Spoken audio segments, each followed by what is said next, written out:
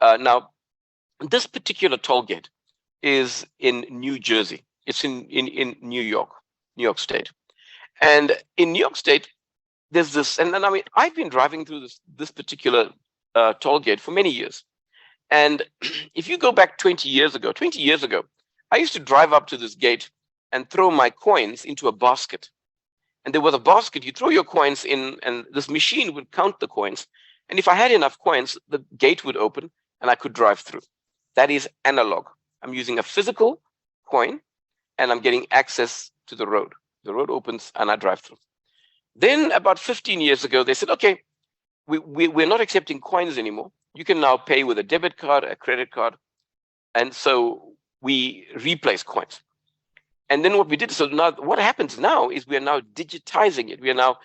We converted a physical coin into an electronic payment, and that's digitization. So we went from physical coins to digital payments, which is really a process of replacing a physical object with an electronic object, a digital object. Then we went from, then what they said, well, look, what we can do now is we'll give you a transmitter on your car. Put this inside your car and store money on this transmitter. And every time you drive through, when you drive up, the gate will open and you don't have to put money. You don't have to do anything. You drive up to the gate will pick up the transmitter in your car. The gate will open and you drive through. Now that is another version of digitalization. Then finally, they remove the gate completely. There's now no gate. There's nothing. All there is a camera looking at my number plate. And as I drive through, it reads my number plate and it's connected, my car is connected to my bank account. It automatically takes the money out of my bank account without me having to do anything. And that is digital transformation. So analog is when you pay with coins. Digitization is when you pay with an electronic card or when you pay with a transmitter. That's digitalization because you've changed the process. Digital transformation is when you remove the payment completely. The payment happens in the background. It's called an embedded payment. You don't even know that the payment is actually happening. So let's drill into this a little bit deeper. In summary, digitization. Here we go. I've got a question. Okay, no problem. No problem, Malak. Thank you. So basically, digitization is when you convert something physical. Is when you convert something physical into something virtual. You convert a physical object into data, right? Digitalization is when you adapt the process, and digital transformation is when you create a new business. That's really the key point here, right? So you got, and we normally start here. This is where we start. We start there. That's number one. Then we move to digitalization. That's number two. And then we move to digital transformation, and that's number three. So we go in steps. We don't start with digital transformation. If you haven't digitized, you can't digitalize. And if you haven't digitalized, you can't digitally transform. Now, let's look at digitization. Let me ask you a question. Okay, so please use the chat box here. I see we are now up to 8 people. That's wonderful. If you look at the question, what I'd like to know from you, how many of you in the last month, how many of you went to go and buy music? You went to a shop to buy music, but you went and you bought music to own it. You wanted to own music. How many of you went to a bank branch, a physical branch? How many of you actually went to a shop to print a photograph? And how many of you received a physical newspaper delivered to your office or to your home? Just type into the chat box. Is it 1 out of 4, 2 out of 4, 3 out of 4, or 4 out of 4? So I'd like to get a few answers. How many of these happened to you in the last month? Just share that with me. I'd like to see what the level of digitization here is. 0 out of 4. Abdul Rahman says 0 out of 4, and Liaquat says 0 out of 4. So you are what we call digitally native, right? So Malak says 0 out of 4. So in other words, what's happened is most of you on this call have already digitalized your lives. You've already digitized it. And in some cases, you've digitalized it. Now, why? Why has this happened? It's happened for a reason, because what happened is media changed. So if you look at videos, digital video, if you look at digital music, digital games, digital publishing, you can see that all of that has been rising constantly for about, it's been about 10 years. In fact, if you look at this, all of this is streaming now. We stream videos, we stream music, we stream games. We can even stream a news article. I mean, I watch CNN online. I'm watching the World Cup online. I'm streaming it. It's not being transmitted. So in this future, what was previously transported will in the future be transmitted. We're moving from a world where we are transporting things to a world where we are transmitting things. So we don't transport money, we transmit money. We don't transport letters, we transmit email or messages. We don't transport music, we transmit music. If you look at this, that is music streaming, and that is physical music, CDs. The sale of physical music is dying. Everyone is now moving towards streaming. This is streaming of videos, and this is DVDs, and you can see that streaming exceeds DVDs. This is sales for cinemas in America, and this is Netflix. And you can see Netflix here in 2018, Netflix passed the revenue of all cinemas in America combined. So that's huge. And if you look at what's happening in advertising, you'll see that internet advertising is more than the total of all the other forms of advertising. If you add TV and radio and news media and magazines and out of home, you add all the other advertising together, internet advertising is more than all of them combined. Nobody advertises on radio and music and newspapers and magazines anymore. Even billboard advertising is slowly dying. So when you look at this world, you can see that what's happening is we are taking things that were physical and we're converting them into something that's virtual. And it's not just one industry, it's all these industries, advertising industry, music, movies, books, etc. Now, why is this happening, and why is it happening so fast? And the reason for this is really linked to the fact that it's easy because it's phase one of digital transformation. Phase one is digitization. Now, that's the first point. Is that it's easy to do. It's very cheap and easy to do. Secondly, if you take a physical object, let's say it's a photograph. You take a photograph and you print a photograph using a Kodak or a phone or a Polaroid phone, camera, and you print it. If you want another copy, it's quite expensive to make another copy. But actually, if you make another copy of a digital picture, it's free. I can take a picture and send it to 50 people. It doesn't matter. So there's a cost to making the first digital copy, but after that, every subsequent copy is free. It's like if Rihanna records a song, the first copy of the song has value, but to make the second copy is free. If you watch the movie Avatar, there's a cost to making the first copy, but every subsequent copy is free. Because once the movie is made, you can just copy the movie. So the reason that digitization is so important is that it completely eliminates the cost of making copies. Now, this is very powerful because that applies to music, to movies, to games, to advertising, to news, to magazines. And so there's many industries now where if you make another copy free, it has a huge impact on the economics and the cost and the profitability. And of course, finally, the final advantage of digitization is I can send it to anywhere in the world for free. There's no transport cost because I'm transmitting it, I'm not transporting it. So it's a free transport on the internet. There's no cost to sending it anywhere. But if you order from Amazon, for example, or Souk, there's a cost. There's a cost to ordering from Souk because you got a delivery charge. They can't email you the goods. But these media services that I'm talking about, they can email them to you. They can basically stream them to you. And therefore, not only is it free, it's also immediate. There's no waiting time. So if I want to watch a movie at Netflix, I just click it and say watch, and I immediately start watching. There's no delay. So let me summarize. Digitization has accelerated globally because it delivered these four massive advantages. Firstly, It's very easy to digitize something, very easy, and make it more accessible. Secondly, it dramatically lowers the cost of making a second copy. Thirdly, it eliminates the cost of transportation. And fourthly, there's no delay in getting the product or the service immediately to a customer. Now, because of this, the price of movies, the price of music has dropped. Everything's dropped in price because the cost of making another copy is now zero. And as the cost drops, customers are adopting it.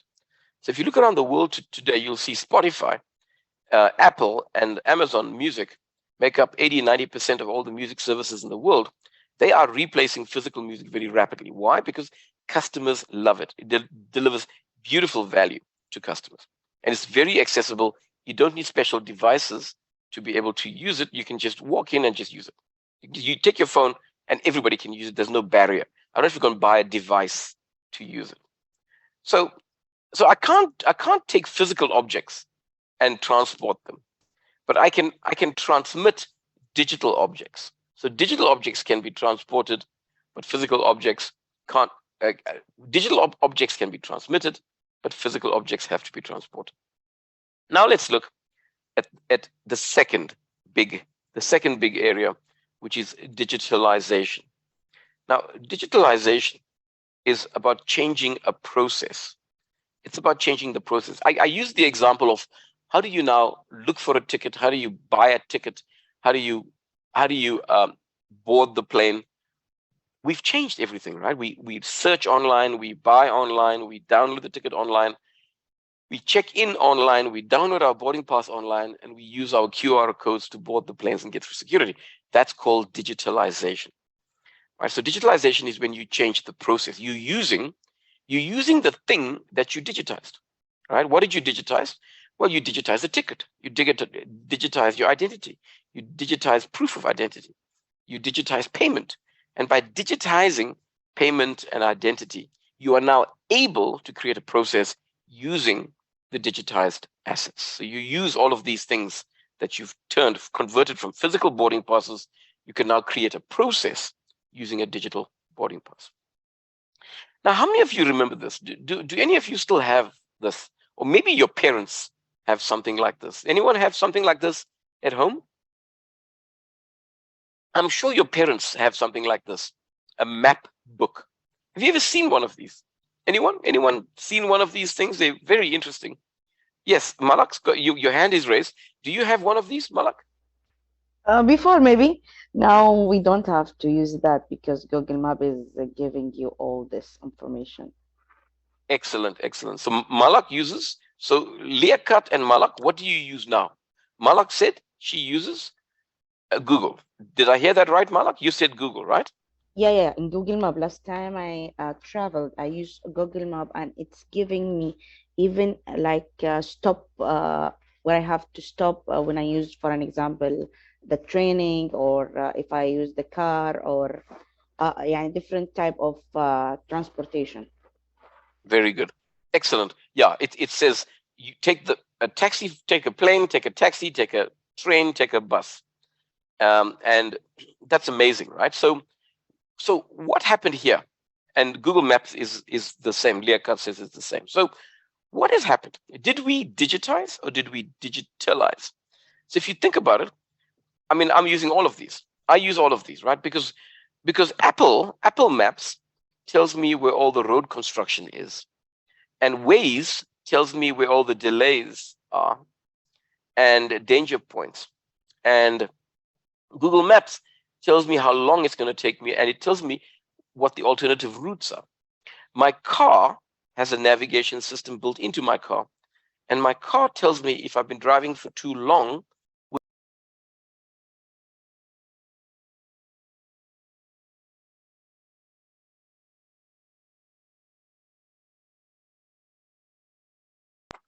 And then it also says to me, oh, you're running low on fuel.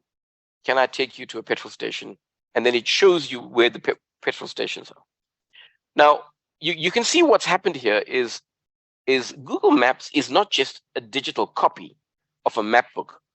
Google Maps is calculating where's all the traffic, what are the alternative routes, where can you stop, Where is there road construction? Where are there delays? And so what's starting to happen is we are changing the way in which we navigate. We are digitalizing the process of navigation. Okay, so that's completely changed. So it's digitalizing, and the map was digitized, but we are now digitalized. We're changing the entire process of navigation. And that's the key point here, right? Digitalization is about changing processes. So now let's talk about digital transformation. What then is digital transformation, and why is digital transformation having such a big impact on the world? And everyone talks about digital transformation now. Today, this is a very big thing. This topic of digital transformation is enormous. So digital transformation is about how do we create a new business completely from scratch? How can we build a new business that maybe makes the old business redundant? And maybe you don't need the old business anymore. What examples are there of these? So let's think about the way in which music industry has changed. Now, if you think about what I used to do, is I mean, every month I used to go out and I used to buy one CD every month. And it used to cost me about $10. And, I used to buy one CD every month. Then Apple came out with iTunes. You'll remember this is the iTunes logo. And what Apple said is you can take the music off your CD and put it into iTunes, and you can carry your music with you. Well, that's really nice because I could carry 1,000 songs with me. And previously I'd have to have, 100 CDs if you wanted 1,000 songs, or at least 50 CDs. Then along came Spotify, and Spotify says, no, for $10 a month, for $10 per month, I will give you something very interesting. This $10 for the CD gave you 24 songs. And not all the songs were nice songs. They weren't all hits. But you had to buy the whole thing, even though you only wanted to listen to the one song. Spotify gives for $10 a month, same price. This is the same price because I used to spend $10 a month buying a CD. Now what we are getting is 8 million songs. I've got 8 million songs that I can listen to on the system. So now, can you see the amount of value that I'm getting? So everything has changed. Spotify, number one, gives me huge value. Number two, I've got massive choice. And number three, Spotify is also telling me what I should listen to because it observes what I'm doing. And Spotify basically calculates and says, okay, this person likes hip hop, this person likes jazz, this person likes modern, this person likes pop.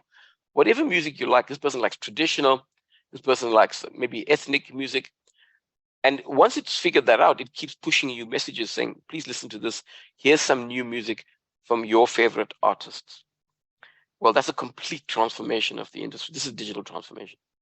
If you look at photography, we used to get 24 films in a camera. Then Canon came out with a SD card in the camera, in a digital camera, and we had 1,000 pictures. Today, with Instagram, I've got millions of pictures that I can go in and use other pictures from other people. So I don't have to take pictures anymore. Other people have taken pictures. If I look at news, I used to go and buy a newspaper, right? You buy the newspaper, you read it. Then I used to search for news. Today, I don't search for news. Today, the news finds me. So Twitter figures out what news I'm interested in, and Twitter starts pushing that news to me. Complete change in the way in which the business is done.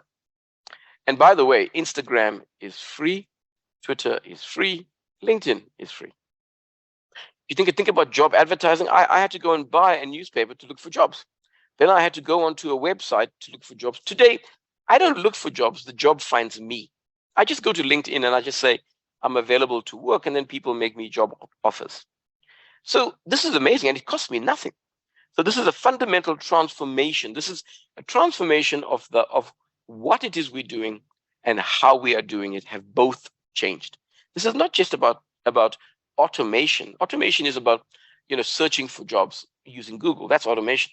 But having the job find you, that's digital transformation. Now, the important thing to bear in mind is Instagram, Twitter, and LinkedIn are free. And the key message here, folks, is if the product is free, you are the product. What does that mean? It means that the company is giving you something for free because you are giving them something in exchange. And what you are giving them in exchange is you are giving them data, your personal data. is what you are giving them. So that's the point. That's the reason that Facebook is free, Pinterest is free, TikTok is free, Snapchat is free. The reason it's free is these companies are all gathering data about you, and they're selling it to other companies that want to sell things to you. That's the reason that these services are free. So digital transformation is having a huge impact on the world. You can see, right, music, photography, news, job advertising. I mean, it doesn't stop there, it carries on. Right? So it's not about if I'm going to have disruption, it's about when am I going to have disruption, because it's coming. There's no question that it's coming. The only question is, when is it going to happen to me? Now, the reason that it's so impactful is because digital companies are able to grow very quickly and deliver massive benefits to customers. Now, the best way to look at this is to look at retail shops. If you look at retail shops and you look at IKEA, now, you know, IKEA is the yellow line. That's IKEA is in yellow. IKEA started in 1943. And by 2017, IKEA had 415 stores, and they were turning over about $50 billion. 50 billion by 2017. Walmart, and they were in 49 countries. Walmart started in 1952. By 2017, Walmart had 12,000 stores, and Walmart had 500 billion in revenue. Pretty good. Now look at Alibaba. Alibaba only started in 2003. 14 years later, Alibaba had 9 million stores. It was in 220 countries. But importantly, Alibaba already had $800 billion of revenue. So you can see the power of digital transformation. There's IKEA in yellow trying to grow. There's Walmart in blue trying to grow. And they're growing using the old method of innovation, the old method of technology, the old method of the old business models. And the world is moving on to the new methods. And you can see that the companies that adopt the new method are going way past these old companies. So this is why satellite TV is in trouble. Cable TV is in trouble. This is why the postal service is in trouble in most countries. This is why cinemas are in trouble, because these new businesses that are coming out are leapfrogging the old businesses and moving to the future very, very quickly. If you have any questions, folks, please drop your questions into the chat box. I'm happy to answer the questions as we go. Right, let's continue. So folks, as I said, we've got a three-step process. And the three-step process is we start with digitization. Digitization is the first step. That's step number one. Then we move to digitalization. That's the second step. That is step number two. And then we move to digital transformation, and that's step number three. And we do it in sequence. So, and the way you should think about this journey, because the journey gets increasingly complex, it gets more and more difficult. The first thing you do is you digitize and you organize your information. You digitize and you organize your information. And what that means is you take all your papers and all your copies of documents and delivery notes and invoices and statements and proof of delivery and proof of address and payment information and waybills and purchase orders, goods received notes, stock notes, stock withdrawal notes, stock write-off. All of these things that were physical pieces of paper get digitized. You digitize it, and then you convert it from analog to physical. And then what you do is you organize it. The second step of digitization of this journey is digitalization. And so what you do now is you automate processes and you streamline processes. So you look at the way that you're boarding and you say, well, how can I sell tickets better online? How can I download tickets better online? How can I make it easier for you to check in? So for example, when I checked in for my flight this evening, the airline pre-allocated me a seat. It said, there you go. I know that you like sitting on the aisle, so I've given you an aisle seat. And I know you like sitting at the back of the plane, so I've given you an aisle seat at the back of the plane. So the airline knows whenever I check in, I pick a seat at the back of the plane on the aisle. And the reason that I like that, by the way, is because if there's ever a plane crash, the safest place to sit on a plane is at the back. Business class is at the front. So the people who die first are the people who paid the most for their tickets. I like sitting in the cheap seats at the back. So and so basically the airline figured this out. So what the airline now does is the airline says, I've already given you a seat. I allocated you a seat. You can change it, but if you don't change it, I'm going to go with that seat. Most of the time I just accept the seat. So what I'm doing is I'm now using digital technology and information to transform. I'm transforming the individual operations. I'm changing all the processes. I'm saying, how can I make it easier? How can I change the customer's experience? Then we get to the third step. The third step is transform, digital transformation. And digital transformation really looks at everything about the company. It looks about, should we be working from home? Do we need offices? Can I do our whole business on a cell phone? Why do I have so much of inventory, etc.? And so what is the difference then between digital transformation and digital disruption? Okay, so the difference is that digital disruption refers to the radical change and the disruption of traditional businesses and models, while digital transformation describes a continuous process of change. Okay, so digital transformation, you do it quickly, and digital disruption happens quickly, and digital transformation happens slowly and gradually over a longer period of time. That's the difference between digital transformation and digital disruption. So the way you think of this is digital transformation, digital strategy is what you do at the top, right? There's digital strategy there. You start with digital strategy. You say, okay, I want to reinvent my business model. I want to change the way I use technology. And then you say, okay, now what can I do? I can use technology to improve my business, or I can use it to make a big shift in my business. So I can improve the business of today, or I can change the business of tomorrow. I can create the business of tomorrow. And so you got these two things that you're trying to do. You're trying to use technology to improve today and use technology to build a new business for tomorrow. And you're trying to do both of these things at the same time. That's the difference between digital strategy, digital disruption, and digital transformation. And so what is the definition then of digital transformation? It's the process of using digital technologies to create new or to modify existing processes, culture, and customer experiences, because we need to meet changing business and market requirements. And if you think about why those companies were going bankrupt, if you go all the way back to the beginning of this lecture, I showed you a slide showing you that there were waves and these companies were all going bankrupt over time. And the main reason for that is they were not able to meet changing business and market requirements. So digital transformation allows existing businesses to improve faster, and it allows them to have more of a strategic perspective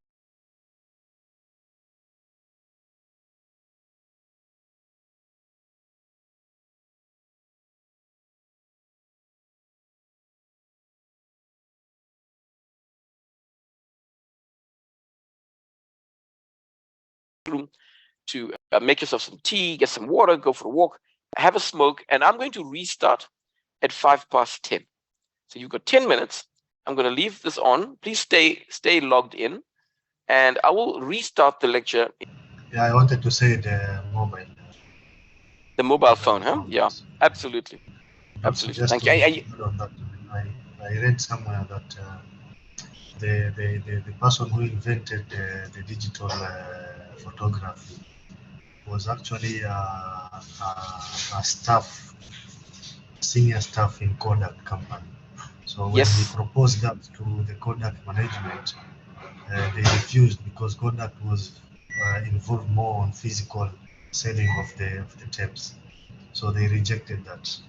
And because of that, because they did not adapt to the change, somebody else did it, and Kodak is today out of market. Yeah. Absolutely. Absolutely, Abdul Rahman. And you are absolutely right, by the way. The engineer who invented the digital camera, I have a picture of the digital camera if you'd like to see it, the prototype that he built. I actually have a picture of that. I'll see if I can find the picture at the next break, and I'll bring it in. He proposed it. He proposed it to Kodak, And Kodak, as you said, Abdul Rahman, they rejected it. Why? Because remember, how did Kodak make its money? It made its money by selling film, selling analog cameras, selling development, selling chemicals.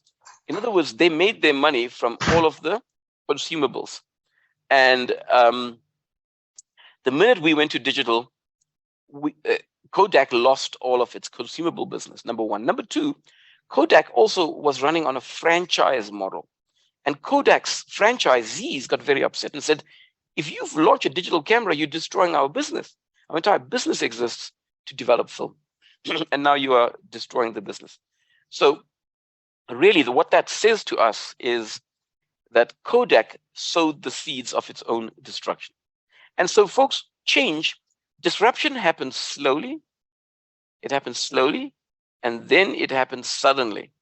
You can see that, right? You can see it happen slowly, and then suddenly. Here's another example. You can see here, this is in brown, is the number of employees. And you can see Kodak had close to 100,000 employees. And by 2012, Kodak had less than 10,000. So 90%, that is, I'm sorry, it was 150,000. From 150,000 to less than 15,000, Kodak basically had a 90% reduction in employees. And you can see Kodak's share price dropped from 100 pretty much to zero. Okay, and it all happened very, very quickly. You can see it happened between 2000 and, by 2012, it was over. So disruption happens slowly and then suddenly. And the challenge for this, if you look at what happened to Netflix and Blockbuster, you can see that the disruption happened slowly and then suddenly. Okay? Suddenly, there was a collapse and Blockbuster went bankrupt here. And you can see that Netflix was growing steadily. Netflix wasn't doing anything special. They just kept growing. And what was Blockbuster doing? Blockbuster was over-investing in old capabilities, and they were under-investing in new capabilities. And this is the problem. You over-invest in the old, and you under-invest in the new. If you over-invest in the old and you under-invest in the new, you're going to have this problem. And this is what happened here. And by the way, people don't realize this, but actually the CEO of Blockbuster actually developed a music streaming service, and they fired him. They fired him because it cost so much money to build music streaming, to buy the rights, the titles, and to build out the streaming service that Blockbuster started to lose money. And then what happened is all the Blockbuster shops, the franchisees, all got hold of head office and said, if you start streaming video, if Blockbuster starts to stream video, you are cutting us out. You're destroying our business. And so what eventually happened is Blockbuster fired the CEO. He was trying to save the company. He was trying to invest in new technology. But new technology is disruptive. New technology affects and changes the business model. And the problem here was the business model couldn't change fast enough. And the board of directors fired the CEO of Blockbuster, and the company went bankrupt. And actually, if he'd been allowed to proceed, he would have probably saved the company. Now, what happens here? What happens here is called a tipping point. That's a tipping point, and that's a tipping point. Where I'm putting the asterisks, that's called a tipping point. This here is a tipping point. So in other words, the business grows until it hits the tipping point, and then it goes over. Here's the tipping point there. It goes over. It's like pushing, and this is the tipping point. It's like pushing a rock, a boulder up a hill. It takes a lot of hard work, and it's very slow to push this boulder up the hill. It takes a long time to build a digital camera. It takes a long time to create cell phones with cameras in them with good lenses. It takes a long time to create a photo sharing capability, photo sharing websites, photo sharing apps. But when you get to the tipping point, it takes a long time to build music streaming, video streaming. When you get to the tipping point and you go over the tipping point, there's no coming back. And then what happens is it starts to accelerate very quickly down the hill. And when it goes over the tipping point, you can't get it back. So the tipping point is very important. And it's important to understand that every industry has a tipping point. Banking has a tipping point. Telecoms has a tipping point. Retail has a tipping point. The taxi industry has a tipping point. At some point, the entire industry will collapse because customers have completely moved to the one side, and the remaining customers are not enough to support the costs, the factories, the distribution, the marketing, etc. The tipping points are very important in business. Now, what impact did COVID have? Because it's tempting to look at COVID as if it's something, it's that COVID is just, what is COVID? Is COVID a disruption? Is COVID a tipping point? What was COVID? What did COVID do? Because it's very clear that COVID did have an impact on the world. So it's important to try to understand what COVID did. Do you have any thoughts what COVID is? Type it into the chat box. So what did COVID do? If you think about it, right, here we go. I've got a comment here, disrupt. Liaquat says it's a disruption. Very interesting. So think about this, right? We were mechanizing. We were mechanizing. We were mechanizing. First we mechanized, then we industrialized, then we electrified, then we automated, then we digitized, and then along came COVID. So what did COVID do? Is COVID just another layer? What is COVID? And so the way to think of COVID is like, it's like a tipping point. It's like a gunshot. If you want to create an avalanche in a mountain range with a lot of snow, how do you create this avalanche? How do you create this avalanche here? How do you get all the snow to fall down the mountain? Well, all you need is a gunshot. Just make a sound, and then everything falls. So the snow builds up, it builds up, it builds up. It doesn't fall, just sits there and waits. What it's waiting for is a disturbance. When the disturbance hits, everything falls down the mountain. And when it falls down the mountain, that's the disruption. That's the tipping point. And so basically, COVID was the gunshot. COVID was the gunshot that pushed the industry over the tipping point. So that's the way to think of COVID. These changes were going to happen anyway. All that happened is COVID was like an accelerant. What it did, it forced us to change about 10 years faster than we should have, on average, I would say. 10 years earlier than we should have, we started to change. Not all industries were affected the same way. So if you look at the beginning of COVID, for example, any industry that was involved in the leisure industry, so leisure, tourism, cruise ships, passenger airlines, retail, they all suffered, right? Luggage industry, consumer durables, apparel, cars. If you couldn't leave your house, you didn't need clothes, you didn't need cars, you didn't need party equipment, you didn't need, luggage, etc. But what you did need is you needed food, you needed telecoms, you still needed pharmaceuticals, you needed packaging.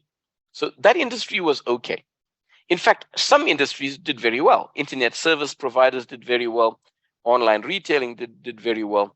And some industries had moderate impact. So the future does not arrive everywhere at the same time. Now, COVID was an accelerant because what COVID did is COVID, for the first time, COVID forced the government to act first. And so governments all over the world suddenly acted, they suddenly got to the front of the queue. So government, public policy led everything because the government stepped in and the government said, lockdown, digital, essential services, remote working, we're going to change the laws. And for the first time, government led the change. And then what happened is the technology had to be built. We needed to build tracking apps. We needed to build work from home apps. And then individuals followed, and then businesses followed. So COVID was really an accelerant. It accelerated the change that was going to happen anyway, but it basically pushed the whole industry over the edge, and the industry just accelerated away from us. So this is a very good way to think of the way in which COVID happened, right? So we were building up pressure. Let me give you an example of building up pressure, right? So if you went to many companies and you said, who drove digital transformation in your company? Who led? They'll say, no, it wasn't the CEO, it wasn't the CTO. It was actually COVID. COVID drove digital transformation. So we suddenly moved from the experience economy to the isolation economy. We needed to be more remote. Everything, drive-ins, music theaters. And so people didn't want to be, so anything that had high interaction and high gatherings, nobody wanted to do. And what we wanted was everything that was digital, online shopping, e-commerce, online entertainment, all of those things. They became, they were the businesses that did very well. Also, what did well was we spent more money on things like dried food, packaged food, dried food, bread machines, cough medicine, sanitizing equipment. Sales of those things grew. And we spent less money on these things. We bought less party equipment, exercise clothing. And so we call that value polarization. Value polarization means we change what we spend money on. And this was very important. So it caused a huge effect in the world, value polarization. Now, if you look at the last 500 days, or maybe it's now 700 days, have you started using these things more? How many of these have you started using more? Just put a note in. Is it all of them? Is it one of them? Is it 5 of them? Have you started using laptops more? Are you using WhatsApp business groups more? Do you use productivity apps like Trello or Slack? Are you doing more document signing, digital document signing? Do you use more Zoom or Teams? Do you do more document sharing through the cloud, for example? Are you using more SharePoint? Are you accessing your systems remotely? Just type into the chat box, how many of these are you doing more of? Are you doing, is it 1, 2, 3, 4, 5, or is it all of them? What do you think it is? Let's have a look at what your answers are. Because I think you'll find that you've actually started doing more of these, right? We've all changed our way of work. Yeah. Philip says all, Fahan says all, Leakat says all. So we've all started doing more of this. Now, it's really important to understand what happened here. So what happened is, if you think about work from home has been possible for 20 years. What do I mean? 20 years ago, in 2002, 2003, we had the BlackBerry. Well, the BlackBerry allowed you to do email from anywhere. 2003. 2003, we had internet. 2003, we had laptops. 2003, we had little transmitters that we could put into our laptops to connect to the internet. 2003, we had something called Outlook Web Access. You could log into the internet and you could access your corporate email. So in other words, work from home has been possible, but nobody did it. You see what I mean? It's like an avalanche. The pressure was there. Working from home has always been possible. How long did it take Al Marai to change from working in the office to working from home? I'm guessing it didn't take more than a week. I'm guessing that they just shut the office and within a week, everybody was working from home. Now you got to ask the question, how did you manage to do that? And the answer is that everything needed to work from home already existed. It didn't have to be built again.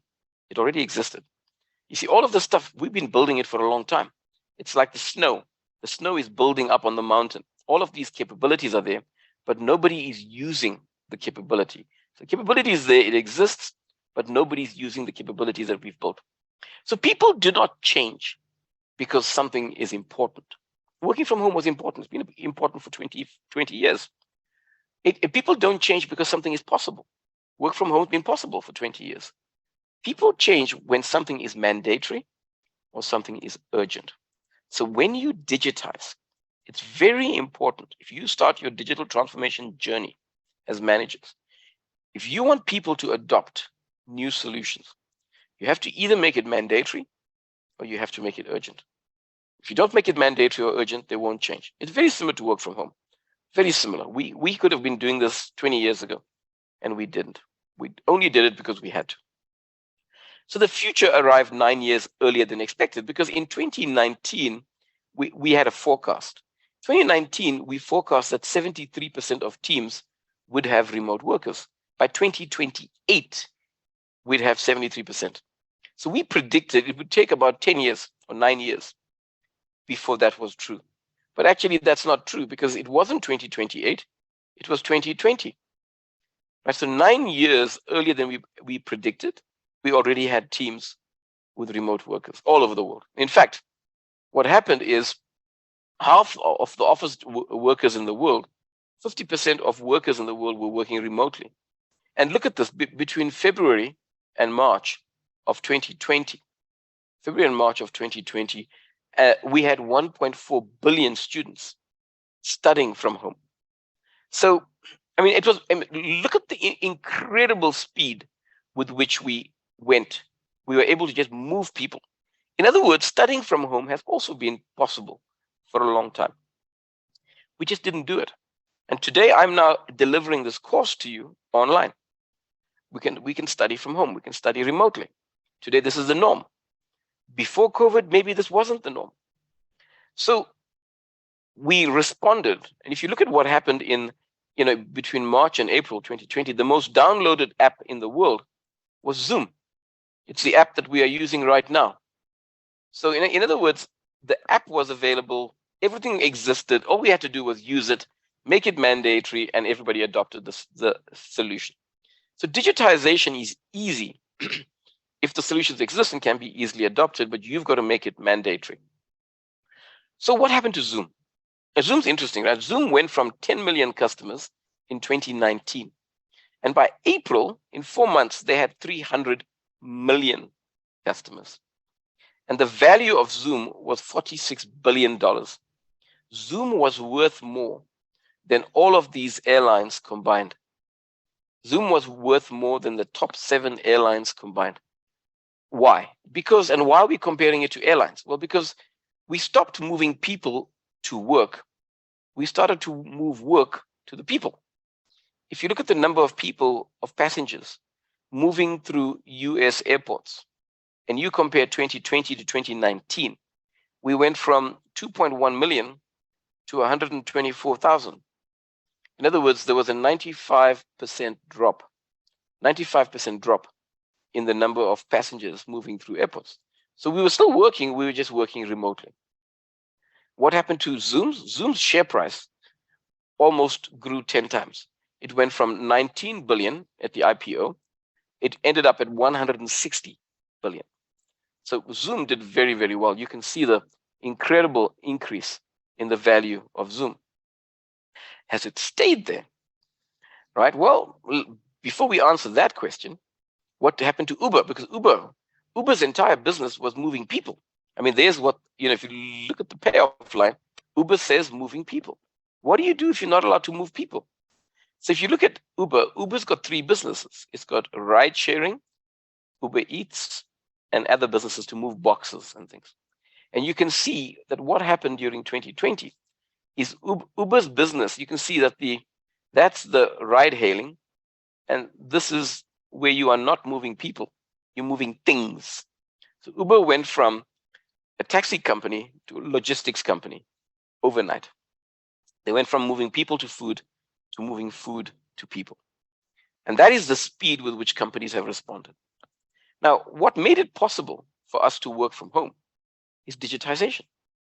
Okay, because what happened is we basically had a situation where every task we needed to do, there was an app for that, every task. So what do managers do? What do professionals do? Well, we have to communicate. Well, there's a task for that. There's an app for that, for Microsoft. We can use email, Outlook. We need to collaborate. Well, we can use Teams. We can use Skype. We can use email. We need to share content, create and share content. Well, you've got Microsoft Office, and you've got SharePoint, and you've got the cloud, so you can upload stuff into the cloud. You need to manage business processes. And there's a number of Microsoft services to manage HR and finance and procurement. And then you need to manage people. And to manage people, you've got Teams, for example, and you've got Trello, and you've got Skype. So if you look at this, everything that you needed to manage, to do every job, there was an app for that. And if you don't like Microsoft, well, that's okay.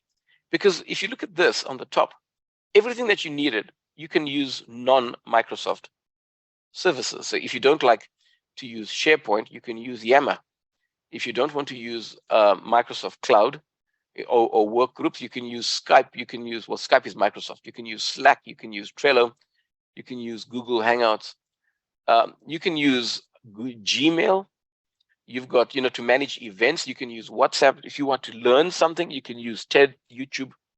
If you need to create online communities, hire new staff, you can use LinkedIn. So basically, we have appified the office. Software has eaten the office. So the office, everything that we do in the office, there's now an app. You can do everything. You can apply for leave, approve leave, submit an expense claim, submit the leave form.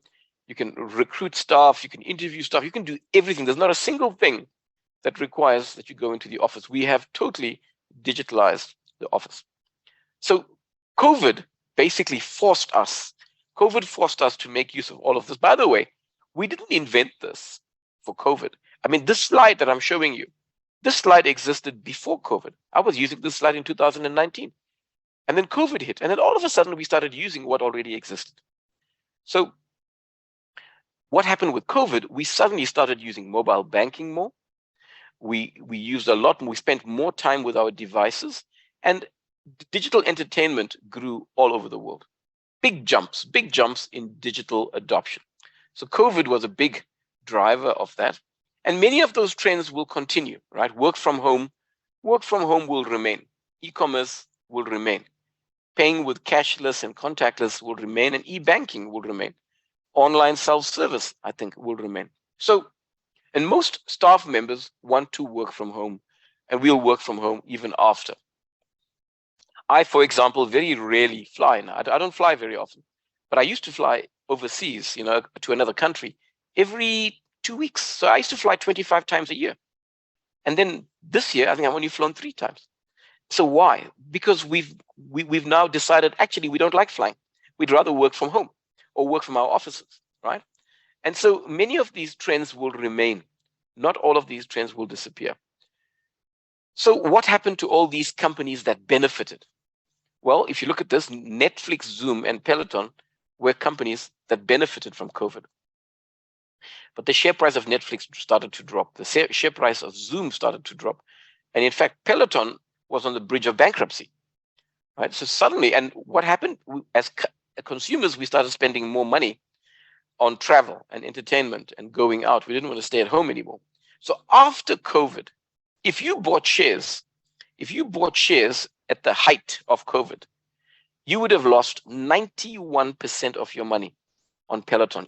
Peloton is for home exercise equipment. You would have lost 89% on Robinhood. Robinhood is for investing, is for managing your own investments. Affirm is for getting online loans. Teladoc is to access a doctor online. Roku is for watching smart. If you don't have a smart TV, you get a Roku box, and the Roku box turns your TV into a smart TV. DocuSign allows you to sign documents online. Coinbase is for cryptocurrencies. As Zoom and Netflix, you know what they are. But look at the collapse in the share price after COVID. And so people assumed that, investors assumed that, oh, okay, everyone's changed now. They are now going to remain online. Actually, no, because we only went online because we were forced to. So here's a key thing to learn about human behavior. Humans, we overreact in the short term. So in the short term, we overreact. And we underreact. We underreact in the long term. So in the long term, we underreact. So let me give you an example. If you look at what's on the right-hand side here, these are all of the pandemics in the world right now, today. This counts all the viruses, all the bacteria, and all the parasites. There are hundreds. This graph isn't even complete. There are hundreds of parasites. Nobody's worried about this. And this graph is not new. This picture is not new. So in other words, the risk of a pandemic has been around for a very, very long time. What did we do? We underreacted. We didn't worry about this. Then the pandemic started. So what did we do? When the pandemic came, everybody rushed online, right? When the pandemic came, in 1 month, we were all online. We overreacted. Zoom became the most downloaded app. Now what's happened? Now the pandemic has passed, and now what's happened? We've underreacted. We've all gone back to the old way of doing it. And the reason that the share prices are bouncing around is we overreacted in the short term, we're underreacting in the long term. In the long term, these are all good companies, right? And it's very similar to the pandemic. We underreacted to all the warnings. There were a lot of warnings. Bill Gates has been warning us for years that there was going to be a pandemic. Everyone laughed at him, and suddenly it happened. And then we were like all crying. Like, oh, maybe we should have listened to Bill Gates. He was right. So really, this is a really important point to understand, that companies are similar. We underreact in the short term and we overreact in the long term. And you must be aware of that, because it's dangerous for you to do that. You must try not to overreact and try not to underreact. You must take an appropriate speed, and you need to have a digital strategy and a digital transformation journey that, in a very deliberate and calm fashion, implements it. You must avoid this boom and bust, because we'll give you digital budget, then we'll take the budget away again. You can't work like that. So if you look at what happened in COVID, bad companies were destroyed. Which companies went bankrupt? Bad companies were destroyed. Good companies survived. But great companies were improved by COVID. And this is really important. And I think Almarai, I'd love to hear your view. Don't you think that Almarai was improved by COVID? COVID made you a better company because you adopted technology and solutions, and you changed far faster than you otherwise would have.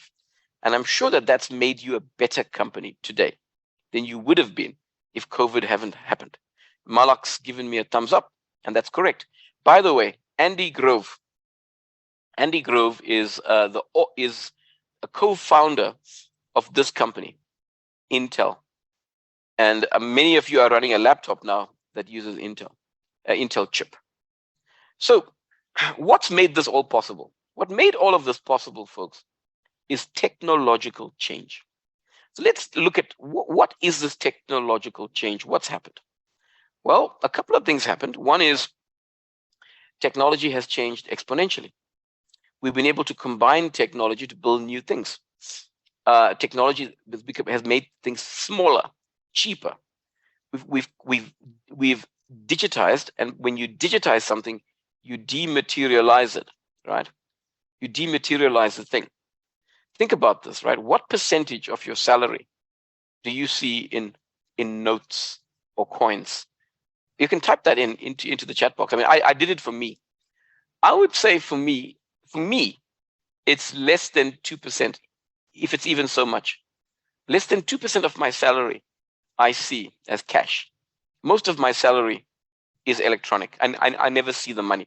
I've dematerialized my salary. There's mass adoption, mass connectedness, and everybody is able to play.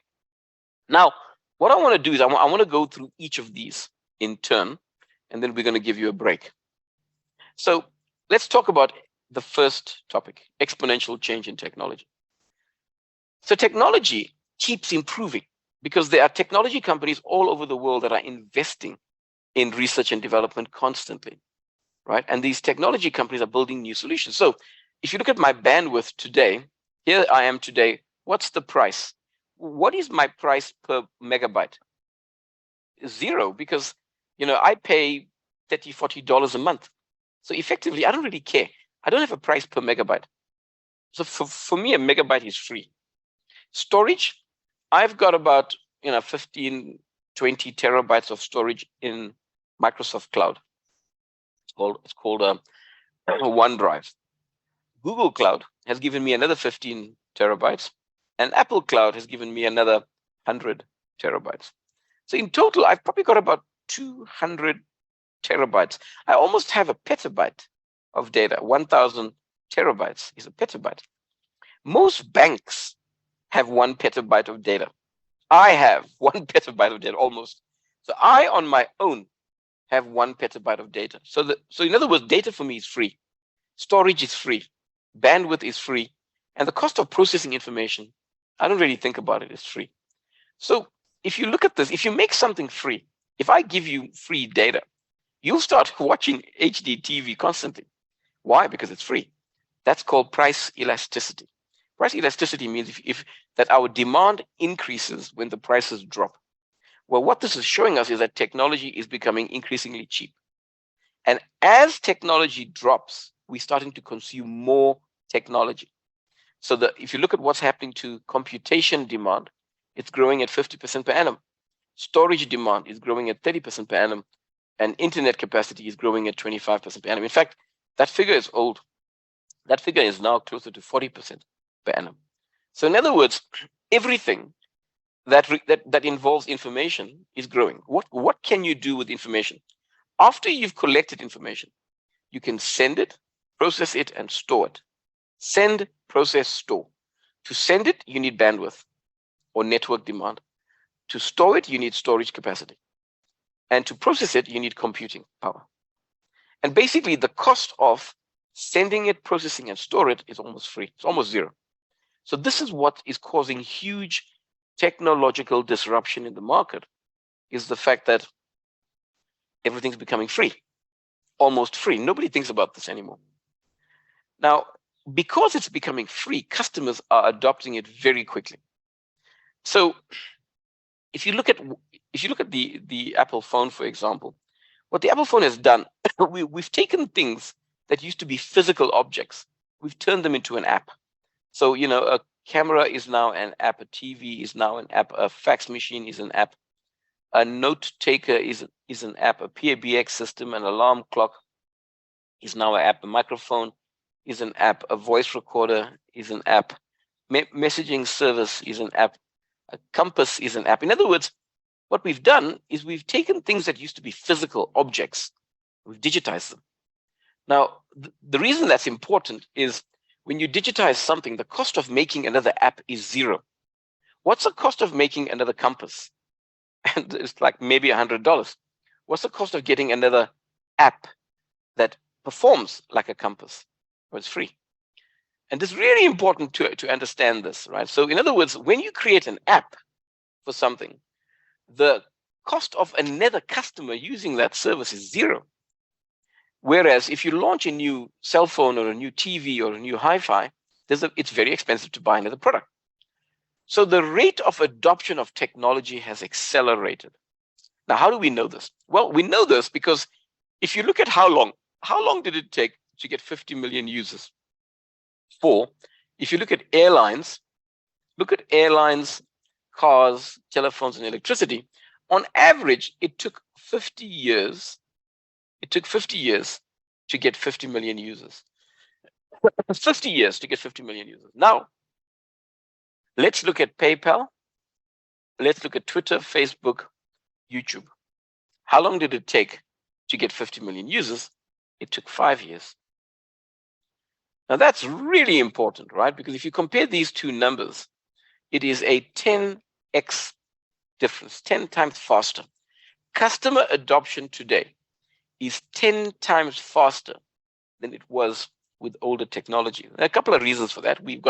It's more accessible, we've got the internet, we've got smart devices, but also, to adopt technology is free and there's no barrier. We've removed all the barriers to access.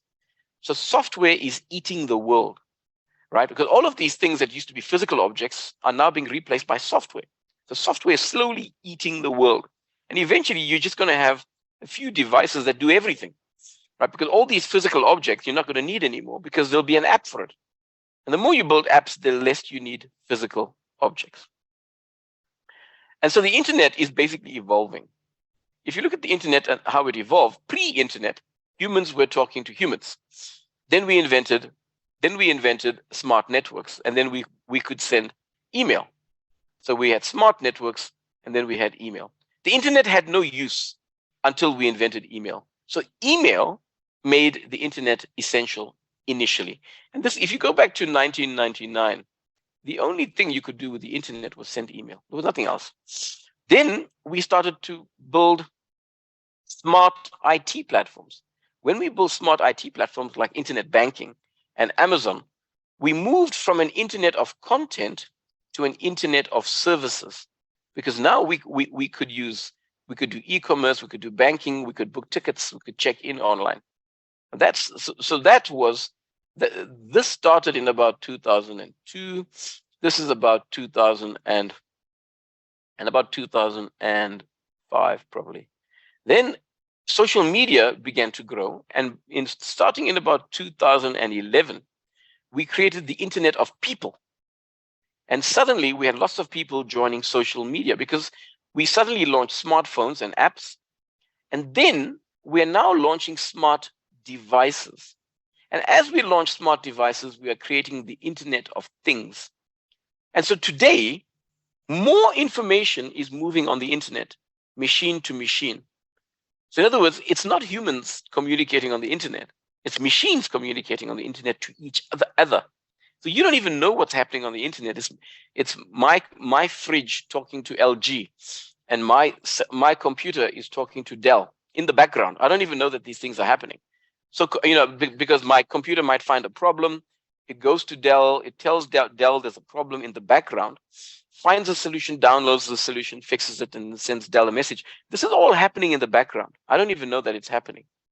So machine to machine communication exceeds human communication on the internet. And of course, now we are moving to a world that's generating huge amounts of data. And I'll talk about what that means, because that data is going to be enormous in terms of impact. And so this is the world that we are living in today. So really, this journey of digitization has taken us from pre-internet, human to human, to post-internet, machine to machine. And we've gone from this internet of brochureware content to an internet of things, smart devices on the internet. And that's resulted in a huge amount of data.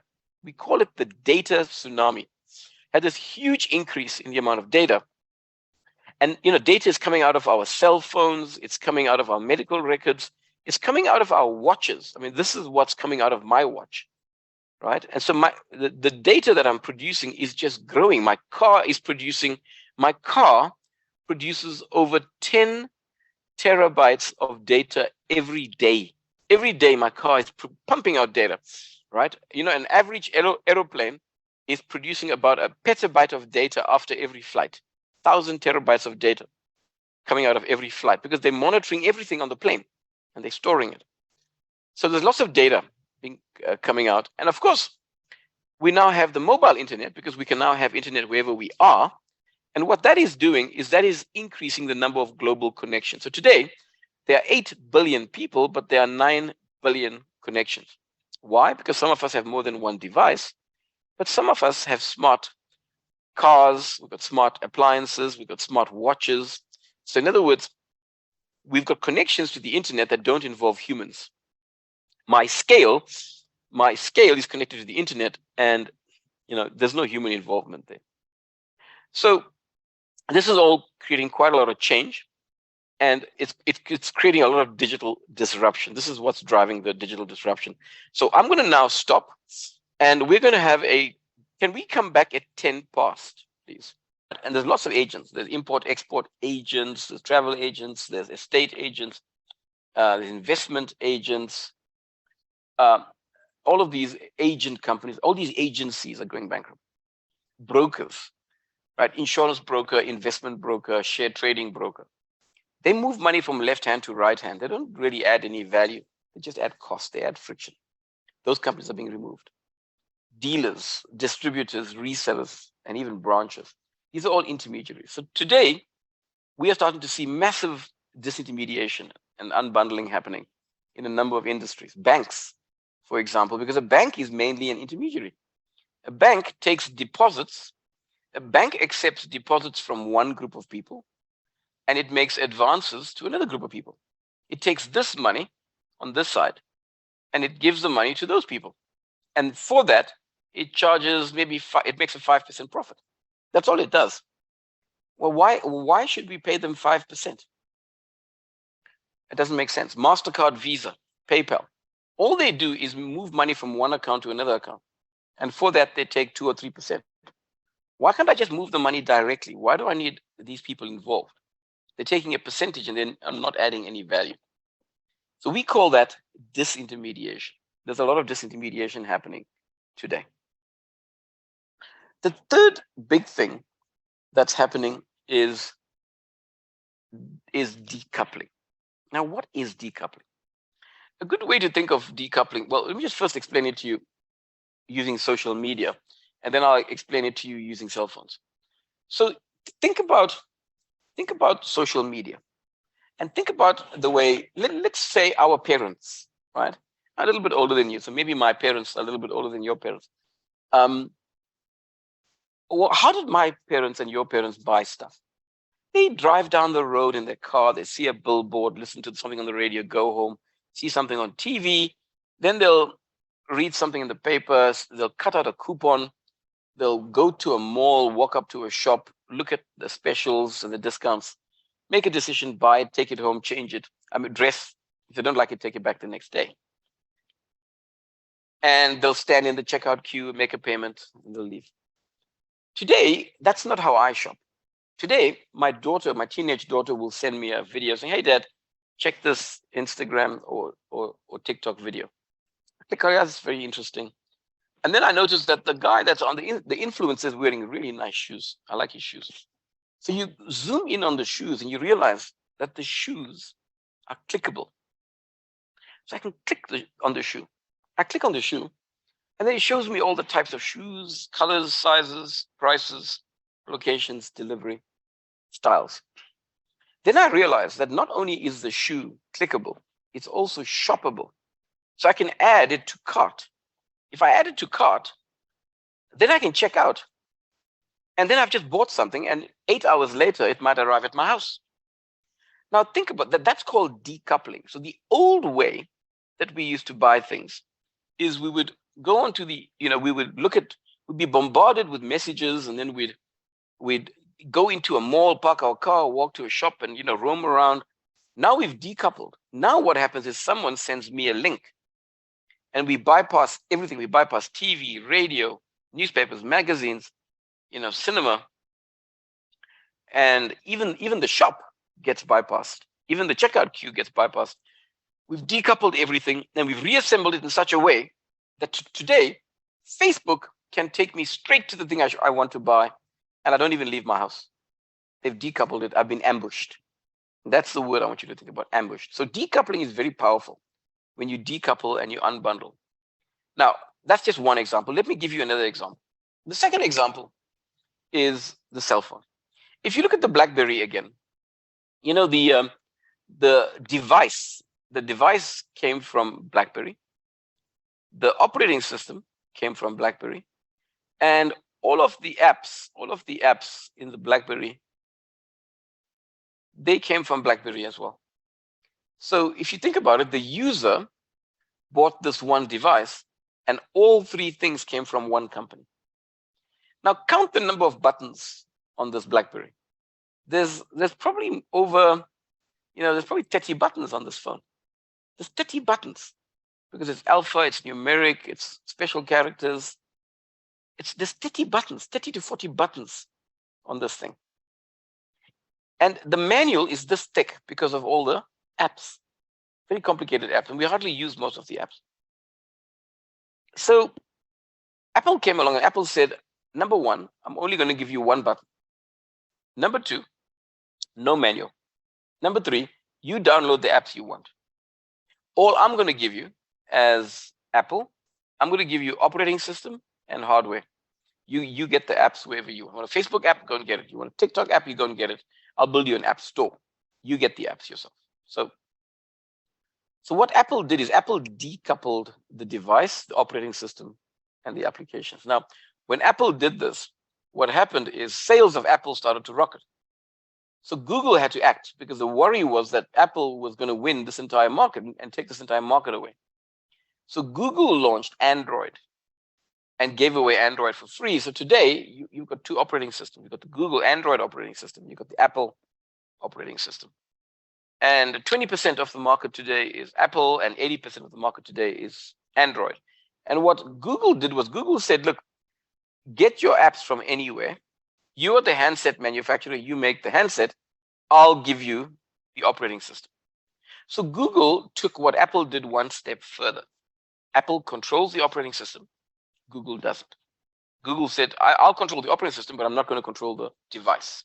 Samsung controls the device. Samsung doesn't control the operating system. Well, what was the impact of this?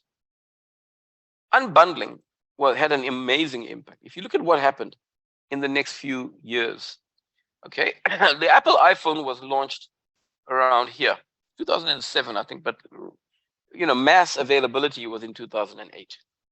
Within 3 years of the phone launching, the number one, number two, number three players in the industry had changed. Motorola wasn't anywhere. Samsung was number one. Apple was number two. And BlackBerry and Nokia were almost zero. In fact, BlackBerry died in about 4 years. In 4 years, BlackBerry just died. And who won this game? Well, it's Android. This is the Android phones. And it's Apple. That's Apple phones. So basically, Apple and Google killed the entire handset industry by unbundling the phone. Now, this is really quite powerful. And I'll talk more about this in the case studies that follow. So what's happening in the world, folks, is the world's moving from a world that our parents lived in that was very simple. Abdul Rahman, yes, go ahead. Just to share information, the first prototype of touchscreen phone was made by Nokia, but they failed to implement it. So if they had done that, we couldn't today have iPhone. Still, Nokia could be the top, because from the beginning it was the top. Yeah. Wonderful. I really like that. Thank you, Abdul Rahman. Please keep sharing these very, very interesting stories. Wonderful. And I love it, right? So Nokia could have avoided it. That's exactly what Abdul Rahman is saying. And he's right. They could have avoided it and they didn't. And because you see, Nokia assumed that the world was going to be simple. But what Google and Apple did is they made the world complex and complicated. And when the world becomes complex and complicated, it's the way that you've been working in the past has to change.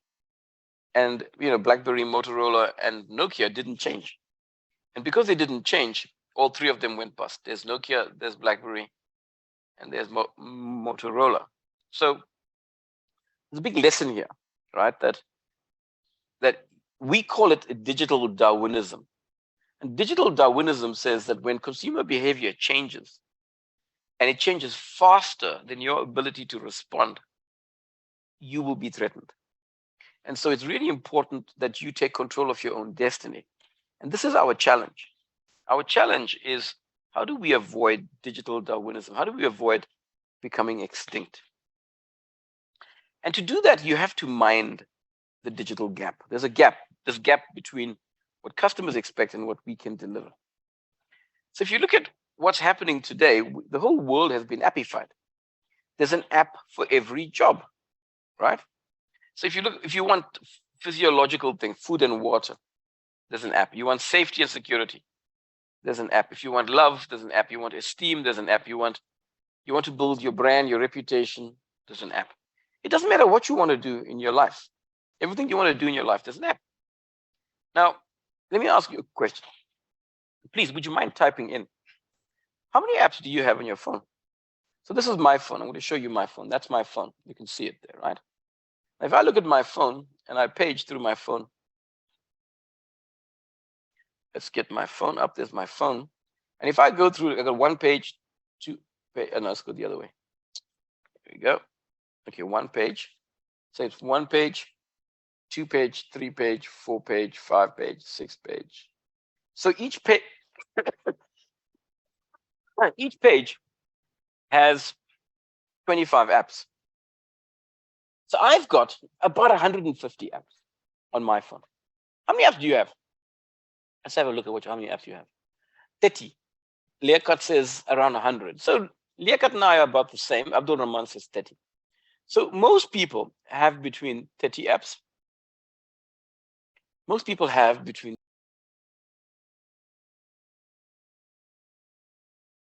most people have between 30 apps and 100 apps. That's what most people have. So now my question is, how many apps did you refer to in the break? And Farhan says also around 100, huh? Yeah. So when I gave you a break, how many apps did you open? How many apps? Type that into the chat box. So if you're given 15 minutes in the middle of a day as a break, what do you do with it? Well, tell me what apps you opened. How many apps did you open? Abdul Rahman says 2. Right? So Abdul Rahman says 2. How about everyone else? How about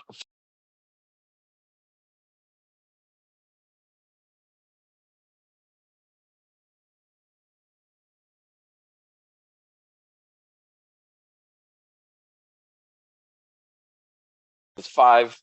Liaquat says 0. Abdul Rahman says 2. Fan says 20. So we call those killer apps. And killer apps are apps that solve a very important need that you have, killer apps. And so these killer apps make a huge difference. You're solving real problems for customers. And it's those apps that you use at the break. Those are the killer apps, right? For me, I normally go and I check my email, I check my WhatsApp. I like to go to LinkedIn because I'm always on LinkedIn. I check whether my wife sent me anything on Facebook, maybe sometimes, not always, but probably 3. I mean, I'll go email, WhatsApp, maybe LinkedIn, and then I'll go back. I might look at my calendar. So 3 or 4. Those are killer apps. Those apps are the most important apps in my life, killer apps. So the problem that you have is these are the traditional companies. And these are the new companies that are coming out. This is Facebook, Google, etc. And these new companies are building these killer apps. And the problem is that we are sitting here, these companies are building these killer apps and customers love these killer apps and they're absorbing them. And that's our problem, right? So if you have a look at what people do on these killer apps, it's astonishing. Now, this is from 3 years ago. I've got another slide I can show you, bring it up to date. But this shows you that in 1 internet minute, 500,000 or 5 million videos were viewed on YouTube. 18 million messages were sent on WhatsApp. Google had 4 million search queries. Every minute, someone in the world is watching 700,000 hours in 1 minute, right? There's $1 million gets spent online, right? Every year, you can see this. There's 188 million emails are sent, right? So you can start to see there are 10 times more emails than WhatsApp messages, right? So you can see email is still very, very important in the world. So this is a big problem, right? Because we're now spending all of our time in the app because the apps are solving critical problems for us. And because of that, this is creating this digital apocalypse. So we are now not going to shops anymore. We are shopping online. So Shopify is the biggest online shopping platform in the world. They enable other companies to build e-commerce sites. Every day is like Black Friday. That's Black Friday. During COVID, every day was Black Friday. And what that's doing is that's taking all of these companies and it's making them bankrupt. All of these companies have gone bankrupt. Retail stores are going bankrupt because we're moving online. Something like 50,000 stores shut down in the first 6 months of COVID worldwide, 50,000 retail stores. So these waves of disruption are moving, right? In 1995, the music industry, photography industry, and video rental industry was disrupted. In 2010, print, travel, recruitment. 2015, a whole lot more. In fact, today, every industry in the world is being disrupted. It's being disrupted because of the amazing benefits that you get from this. You've got industry collision now. And industry collision says, I don't have to be in your industry to compete with you. So I can be outside your industry and I can compete with you. I can be Facebook, but you can shop inside Facebook. So I'm competing with Walmart. I can be Amazon and I can actually sell music. Now I'm competing with the radio station, right? And I'm Amazon. So you understand, I'm not in your industry, but I'm competing with you. I'm Apple, and then I launch Apple Pay, and Apple Pay allows me to compete with banks, but I'm not a bank. So we call that industry collision. Industries are colliding with each other. The whole industry is colliding with each other. because in the past, you are a radio industry, you're a TV industry, you're a printing industry. No, no, no. Today, you are media, and all media has become digital. Then you get to value chain compression. Value chain compression says what used to cost me 100 in the old analog world, now in the new world is free, right? I mean, so the minute I make a copy of something, it's free. So you've got this real problem where disruption is happening in all of these industries. And it's not happening in one industry. It's not happening in all industries at the same time. No, it's tackling one industry at a time. The first industry to go down was media, music, movies, newspapers, magazines.